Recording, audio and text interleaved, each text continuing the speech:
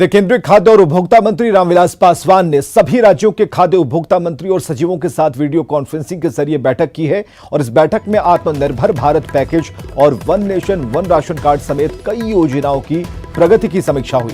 बैठक में राज्यों की तरफ से सुझाव पेश किए गए। बिहार के खाद्य आपूर्ति मंत्री मदन सहनी ने राज्य को पर्याप्त अनाज उपलब्ध कराने की मांग की है। वहीं रामविलास पासवान ने बताया कि बिहार समेत 17 राज्य वन नेशन वन कार्ड योजना से जुड़ चुके हैं। जून 2020 तक 3 और राज्य जुड़ जाएंगे। रामविलास पासवान ने कहा कि देश भर के नागरिक अपने हिस्से का राशन देश के किसी भी राशन की दुकान से ले पाएंगे। इसके लिए देश में one nation one ration card की सुविधा लागू की जा रही है। हम लोग को आशा है कि ये खाद्य सुरक्षा योजना केंद्र की योजना है तो उनको देना चाहिए, लेकिन अगर हम लोग राशन कार्ड बनवाते हैं, राशन कार्ड वितरण करते हैं और आम आवाम को हम लोग अगर राशन कार्ड मुहैया कराते हैं तो ये हमारी जिम्मेवारी है कि हम सिर्फ राशन कार्ड नहीं देंगे बल्कि उनको अनाज भी देंगे। इधर पाटलिपुत्र सांसद रामकृपाल यादव दिल्ली से पटना लौट आए हैं। सांसद का कहना है कि दिल्ली में रहते हुए भी उन्होंने अपने क्षेत्र की जनता का पूरा ख्याल रखा। लॉकडाउन में फंसा हुआ था दिल्ली में, वहां में मैं रोज काम कर रहा था जी, और अपने दूरभाष के माध्यम से ही बिहार के और मेरे क्षेत्र के हजार लोग, लाखों लोग देश के विभिन्न भागों में फंसे हुए थे और कम से कम 500 एवरीडे जो दूरभाष आता था उसका रहने का, खाने का और फिर आने का व्यवस्था मैं करता रहा। मैं परसों आया हूं। न्यूज 18 की बिहार झारखंड की खबर का असर हुआ है। खबर दिखाने के बाद दरभंगा की ज्योति की उम्मीद की लौ तेज हो गई है। अब उम्मीद है कि बहादुर बिटिया ज्योति के दिन बहुरेंगे।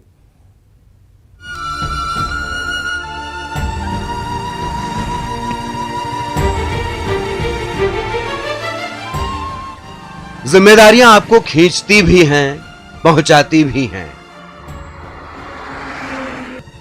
उस सुकून तक जहां ज्योति ने इन्हीं पतले पहियों को घुमा घुमा कर अपने बीमार पिता को घर पहुंचा दिया।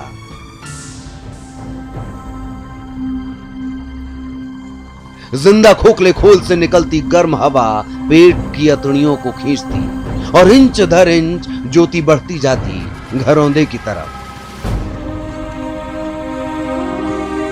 उसका चलना 15 साल की उम्र में प्रबल आत्मशक्ति का प्रदर्शन नहीं था, मजबूरी थी 1200 किलोमीटर को लांघ जाने की। तपती परिस्थितियों में ज्योति की तपस्या को न्यूज 18 ने प्रमुखता दी, क्योंकि ज्योति हमारे लिए केवल खबर नहीं थी, खबरों से आगे थी।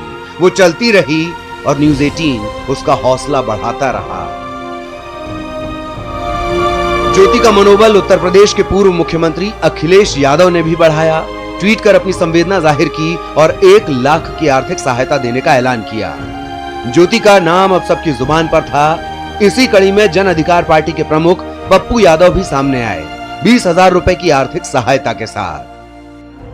हमारा मंतव्य यह है कि उसको हम एक बार बिकॉज 1300 किलोमीटर चलाना अपने आप में बड़ी बहुत उपलब्धि है और इतना वेट साथ लेके अपने फादर को बिठा के, तो उसमें एंड्योरेंस की जो क्षमता है उसकी जो एक साइकिलिंग के लिए जो हमारी रोड रेसेस होती हैं या लंबी रेसेस होती हैं उसके लिए उसको देखा जा सकता है।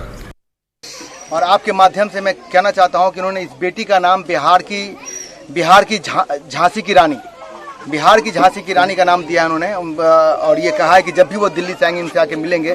अभी उन्होंने 20,000 रुपए का इनको आर्थिक मदद भेजा है और ये आश्वासन दिया है।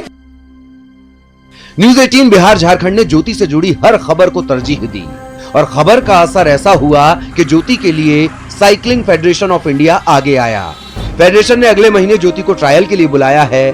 अगर वो मानकों पर आंशिक तौर पर भी खरी उतरती है तो भी उसे ट्रेनिंग दी जाएगी और हो सकता है सड़क के गुमान को पैरों से लांघने वाली ज्योति जगमग हो जाए। Bureau report news 18।